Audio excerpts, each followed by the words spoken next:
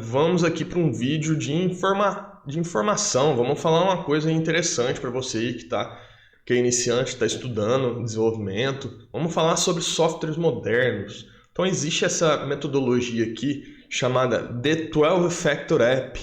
Então os 12 fatores de uma aplicação, né?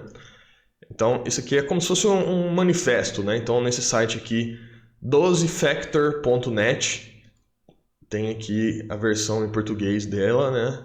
E tem traduzido para vários idiomas. E todos esses links aqui são artigos, né? Que entram em detalhe sobre cada um dos fatores aqui, né?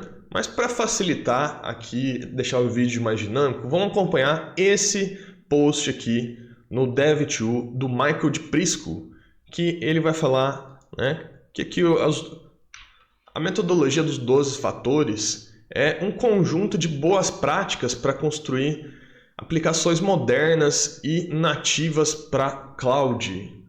Foi criado por Adam Wiggins, né? Beleza.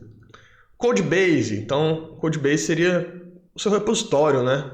É uma forma de você pensar aí, simples de você definir o que é um Codebase. O único Codebase é o primeiro fator que a aplicação deve ter. A ideia atrás disso é manter o Codebase dentro de um sistema de versionamento, então o Git, né? Então estamos falando aqui do Git. E ter apenas uma Codebase por aplicação, certo? Múltiplas aplicações não devem compartilhar o mesmo Codebase. Então, se você tem ali um sistema, né, e envolva vários stacks, várias aplicações menores, mas todas elas são do contexto desse produto, desse serviço, então você coloca tudo dentro de um Codebase só, um repositório só, né?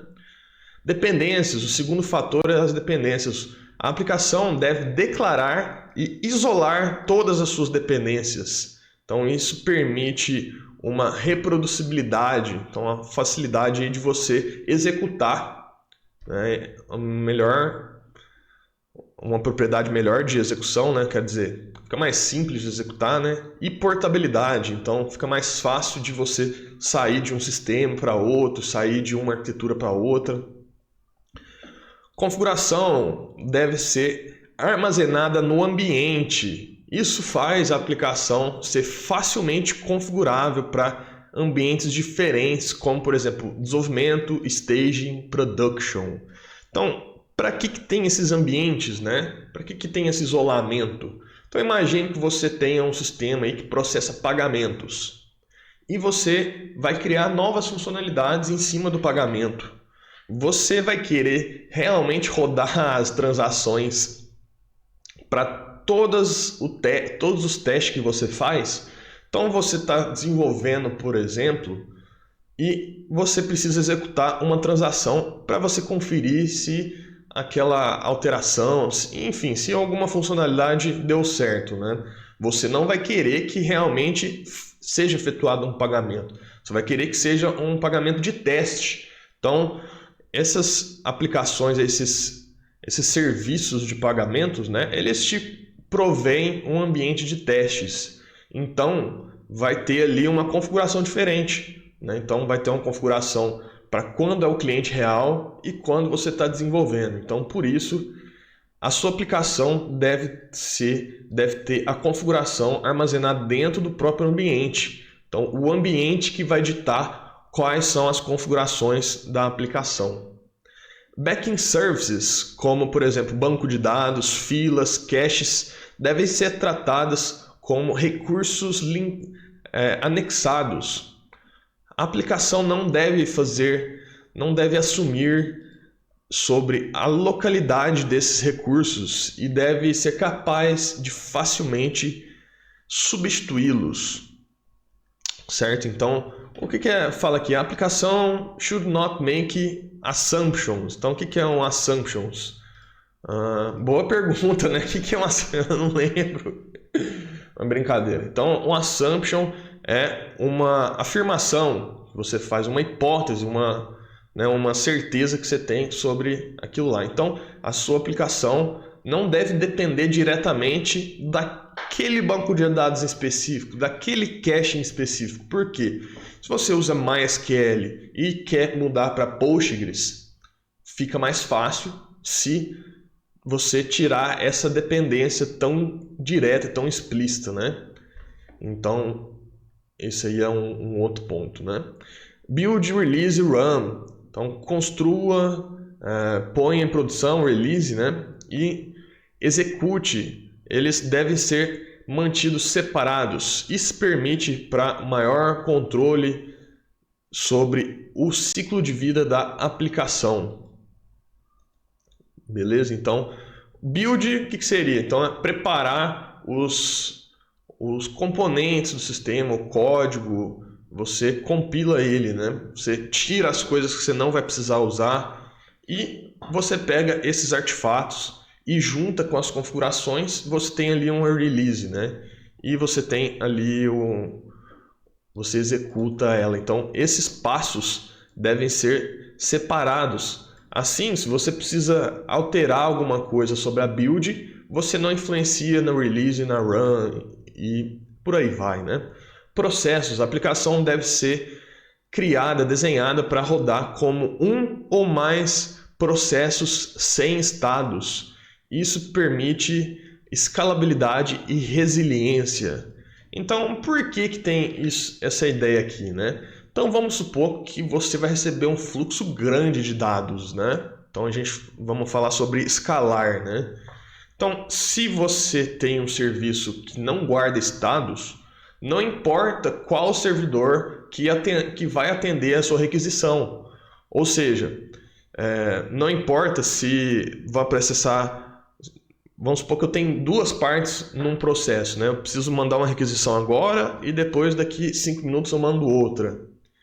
Eu mando agora num servidor, por exemplo, em São Paulo e depois a outra um servidor nos Estados Unidos. E se eu tenho ali processos que são stateless, isso vai funcionar tranquilamente. Agora, se fosse o contrário, vamos supor, né, que ele não seja stateless, ele guarda o estado dentro do processo. Eu enviaria a primeira requisição para São Paulo e esses dados dessa minha requisição ficariam guardados em São Paulo. Agora, aí depois de 5 minutos eu mando para os Estados Unidos, os Estados Unidos não tem o contexto do que aconteceu em São Paulo. Então, é isso que seria um processo que guardou o estado. O estado ficou preso dentro de São Paulo. Então, você não deve fazer isso, né? Então, isso aí é uma recomendação aqui dessa metodologia. Então, não importa, você tem que criar ali o seu sistema para não importar em que local exatamente, qual servidor exatamente está sendo rodado, né? Port binding, então a aplicação deve ser self-contained. Então, o que é isso, né? Vamos ver. E não deve depender da injeção de um web server, né? E ele deve ser capaz de rodar em qualquer porta. Para te falar bem a verdade, eu não sei o que isso quer significar, não. Eu preciso estudar também. Mas o que eu entendo também isso aqui, né, é que ele não deve depender de um servidor web, por exemplo, o Apache, o Nginx, né? Ele deve ser capaz de rodar em qualquer porta. Porque talvez você tenha que fazer um esquema da sua arquitetura que tenha várias aplicações diferentes, cada uma está rodando numa porta diferente, né? Então, a sua aplicação também ela tem que ser configurável suficientemente para que você possa utilizar em qualquer porta, né? Por mais que a gente está falando aqui às vezes de uma aplicação web, mas não necessariamente ela precisa estar rodando na porta 80, né? Porque talvez você queira fazer um esquema que você possa direcionar para portas diferentes, né? Concorrência é um importante aspecto da escalabilidade. Então, a aplicação deve ser capaz de escalar horizontalmente, adicionando mais instâncias. Então, isso tem a ver com o que eu falei sobre São Paulo e Estados Unidos, né? Então,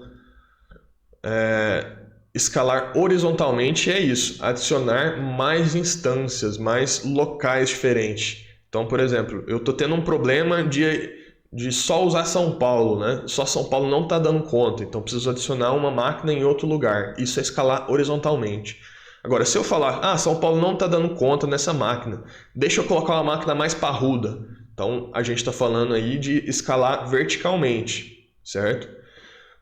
Escalar horizontalmente geralmente vai te dar melhores resultados, porque depende também, as coisas dependem de onde o seu usuário está usando, né?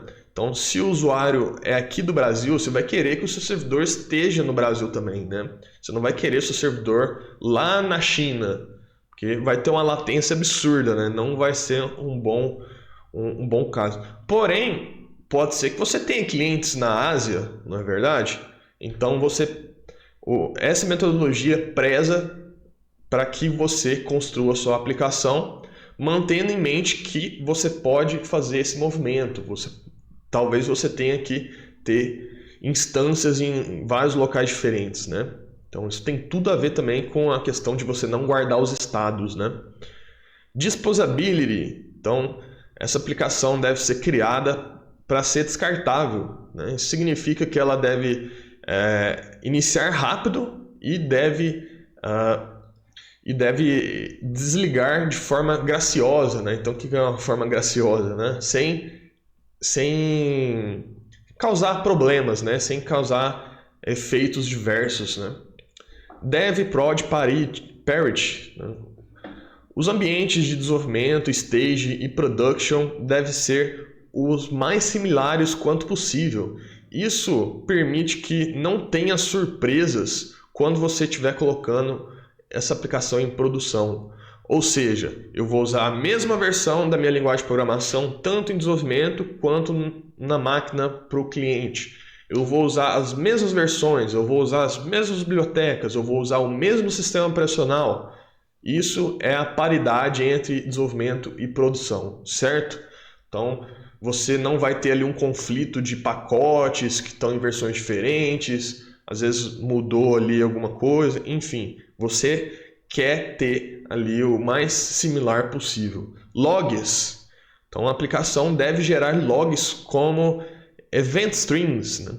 Isso permite para um melhor monitoramento e debugging, certo? Então, o que seria isso também, né? Então, aqui ele está sugerindo, aqui está dizendo que você deve... Bom, vamos falar um pouquinho mais técnico aqui, né? Mas os sistemas operacionais têm uma saída padrão, né? Então, basicamente, ele está dizendo aqui que você deve enviar os logs da sua aplicação para essa saída padrão. Isso seria ali uma forma melhor de você tratar isso. Por quê? Porque você pode ligar depois um serviço de tipo Prometheus, Grafana, essas coisas assim, né, de observabilidade, que essas aplicações, softwares vão consumir o que vem aí da saída padrão do seu processo, certo? É uma possibilidade também, muita gente usa aí alguns serviços específicos de logging, né? Mas aqui a gente, nessa metodologia, eles pregam enviar o log por esse caminho, certo? Processos administrativos. O último fator é a habilidade de rodar tarefas administrativas como um processo one-off. Então, quer dizer assim, um processo que vai rodar uma vez, vai terminar o trabalho dele e vai fechar, né? Isso permite para fazer tarefas como migração de banco de dados ou backups. Então, seria ali alguns comandos que você pode rodar na linha de comando, por exemplo, né? Beleza, então, uma conclusão aqui, né? Esse artigo é um resumo muito, muito, muito resumido. Eu tentei dar um pouco de visão aqui, um pouco de conceito, mas eu tenho certeza que isso te gerou mais dúvidas do que certezas, né? Então, por isso até eu trouxe, né, não só o artigo original, que vai em bastante detalhes, mas também esses outros 2 artigos aqui que são interessantíssimos, são muito legais de ver, que vão aqui aprofundar os conceitos, dão exemplos, certo? Tem até figuras, né?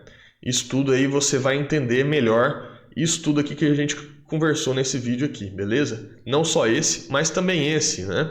Então esse aqui é um artigo no HackerNum pela Ankhtia, não sei como é exatamente a pronúncia, mas é isso, né?